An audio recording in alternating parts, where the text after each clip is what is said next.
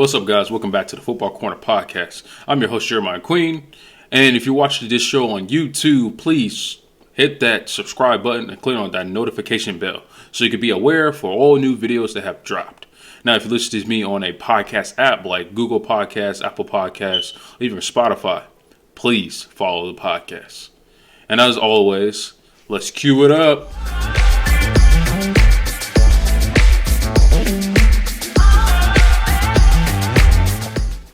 Let's get started with NFL Week 13 recap. And let's start with the first team, which would be the 49ers in their matchup against the Miami Dolphins. Now, this matchup on Sunday was one of the better matchups. I went on my podcast on Friday. I talked about it'd be one of the best of the best. You got talking about the 49ers defense versus the Miami offense. And it did not live up to the hype I thought it would. Number one, on the first drive of the game, Jimmy Garoppolo left the game with an injury and went out return. Then Mr. Irrelevant from the 2022 NFL Draft, Brock Purdy, takes over his job, throws 2 touchdowns, and the Niners beat the Dolphins 33-17. Tua did not have the best day out the office. And this is what I feared. And this is why on Friday when I said I believe the 49er defense will win, just because defenses usually stop high-power offenses statistically in the history of the NFL. And it showed on Sunday. That defense was everywhere. They sacked Tua roughly like 4 times in that game. Even Joey Bosa at the end of the game had a sack fumble that ended up getting returned for a touchdown by Greenlaw. The game was won by the 49ers defense. And the 49ers offense kind of capitalized on the tiredness of the Miami defense. The Tua had a chance to get back into the game. It was 17-23.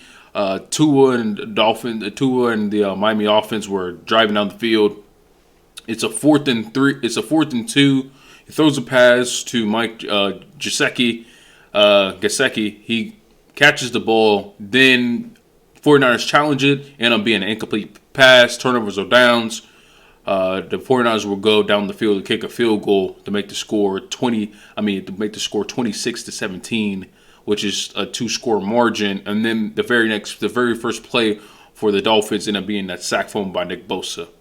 Tua was an MVP candidate. I think he has fallen out of the MVP race due to this game alone. I think Geno Smith, Jalen Hurts, and even Pat Mahomes are still in this MVP race. And there's another guy in the MVP race I want to talk about as I transition to the next team I want to talk about. It's Las Vegas Raiders. Las Vegas Raiders had to play the Chargers on Sunday, and they beat them 27-20. The Raiders are back. The Raiders are 5-7. Just when we thought the Raiders were a team that were going to be looking at a top 10 pick, now they're slowly trying to make that wild card seed.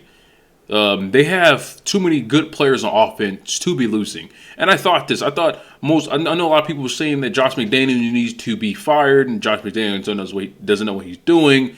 He doesn't have situational awareness during the game. And I did say that about Josh McDaniels in terms of not having good situational awareness. But he has improved in that throughout the season. You have seen him manage the clock better. You have seen him not keep too much time on the clock where you have a big lead. And this game against the Chargers kind of showed what Josh McDaniels can do as the head coach of the Raiders. Now, Devontae Adams had 8 catches, 177 yards, I believe 2 receiving touchdowns. Josh Jacobs, the future All-Pro running back for this season. I know people like your Nick Chubb, you like your Austin Eckler, you like your Derrick Henry in the AFC. But I think the best running back this season has been Josh Jacobs. You could get at me in the comments for all you Saquon Barkley fans out there, or even you Jamal Williams fans out there. I understand Jamal Williams had 13 rushing touchdowns so far this season.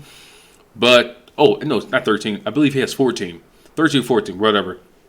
Josh Jacobs is the best running back. He leads all players in rushing at this point in the season. He had 144 yards on the ground against the Chargers, also with a rushing touchdown.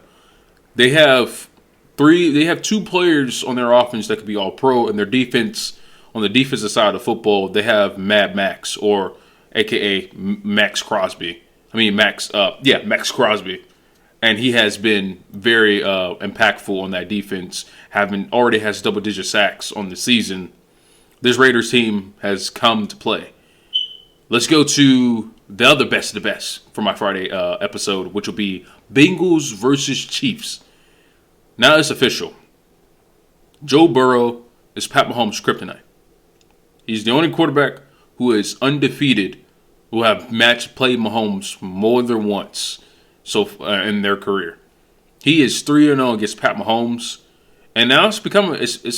I'm wondering if the Bengals team is just built to beat the Chiefs, because you look at the Buffalo Bills. The Buffalo Bills are hit or miss, right, offensively, and then their defense doesn't hold up like they should. But the Bengals have done both.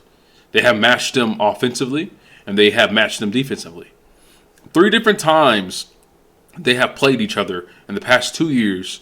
And the Bengals have gotten the best of the Chiefs. 2 other times, the Bengals had the fortune of playing in Cincinnati. One time in the AFC Championship game, they had to go to Arrowhead. Now we'll see what happens if they match up in the playoffs this season, because I do believe the Chiefs and Bengals are a playoff team. But Joe Burrow has something. Number one, Joe Burrow has all the swagger in the world. Jamar Chase was his first game back, and Jamar Chase even said himself, he was waiting. He didn't play last week because he wanted to play for this matchup. Jamar Chase had 7 catches and 97 yards. The Bengals are a team not to be played with. They are a top 3 team in the AFC, even though they don't lead their division. But the Baltimore Ravens are too inconsistent, even though they are 8-4. I still think they're a well-coached team. But Lamar Jackson got injured. Got injured on Sunday due to a knee injury, and they beat the Broncos by 1 point. Yeah, 1 point. They beat the Broncos 10-9, and the Broncos is a whole different discussion for another podcast episode about what's wrong with the Broncos right now. But the Cincinnati Bengals, I think, are better than the Bills. They're clearly better than the Chiefs, and I'm wondering if the Cincinnati Bengals are the best team in the AFC. It is time for, my favorite segment, and that is best and worst performances.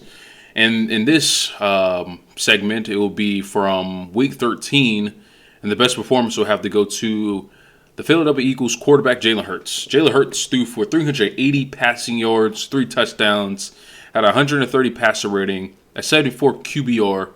He was unstoppable against the Tennessee Titans. His team put up 35 points. They ended up being the Titans 35-10.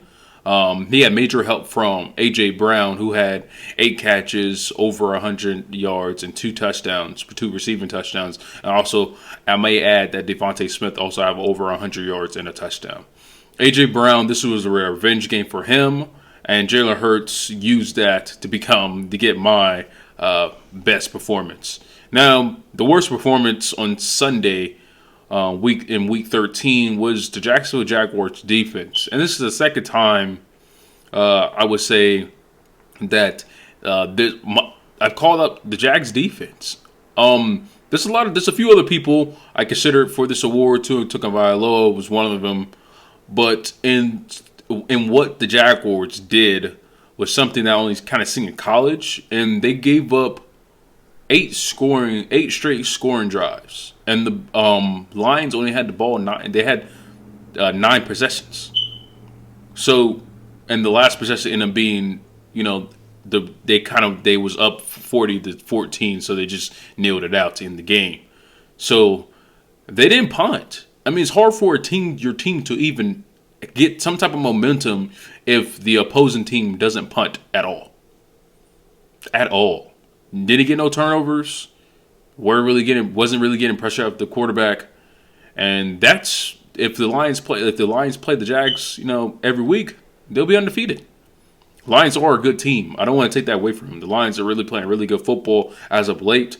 They've always been a high scoring team, so especially since the beginning of the season, they're averaging 25. I think I saw the stat that they're the only team that are scoring 25 points or more that has a losing record this season, which just goes to show you how great the offense is. But you gave up 40 points and you didn't let your defense, you didn't let your offense ever get a chance to get some momentum.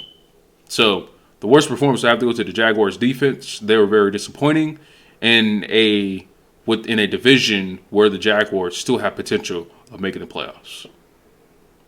So I usually do use this time to do my upset of the day. But unfortunately, there was no upset.